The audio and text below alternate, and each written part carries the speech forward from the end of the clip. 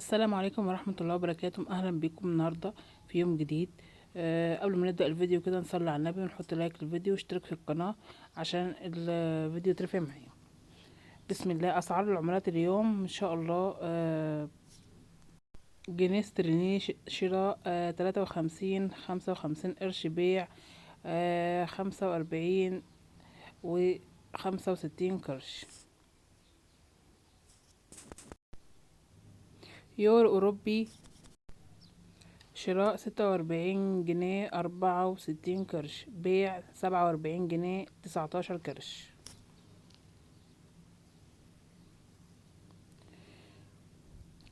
درهم إماراتي شراء 12 جنيه 41 قرش بيع 12 جنيه و44 قرش. دينار أردني شراء 62 جنيه 99 قرش بيع 63 جنيه 77 قرش. دينار كويتي شراء 142 جنيه و12 قرش بيع 144 جنيه و75 قرش.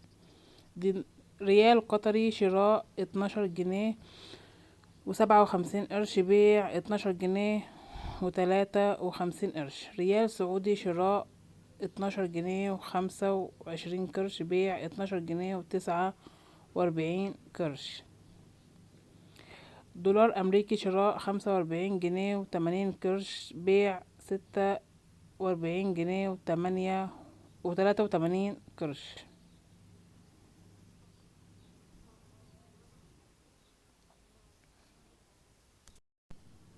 الأسعار كل يوم في الطالع وكل يوم في النازل، فبجد ربنا يسترها الأيام اللي جاية.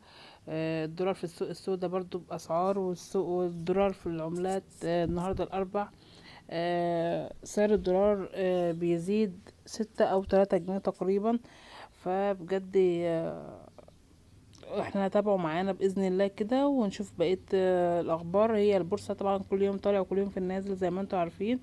لو عجبكم الفيديو ما تنسوش تدعموني بلايك واشتراك في القناة عشان يوصلكم كل جديد. وان شاء الله الدولار ينزل، وادعوا كلكم باذن الله الدولار ينزل كده وربنا يهدي وكل حاجه تبقى تمام كده، لان ربنا يسترها على الناس الغلابه. بجد ناس كتيره جدا جدا بتشتكي من الغلاء، بتشتكي من الاسعار، بتشتكي من حاجات كتيره جدا. فتابعوا معانا ان شاء الله بقيه فيديوهاتنا. اسيبكم في رعايه الله. السلام عليكم ورحمه الله وبركاته.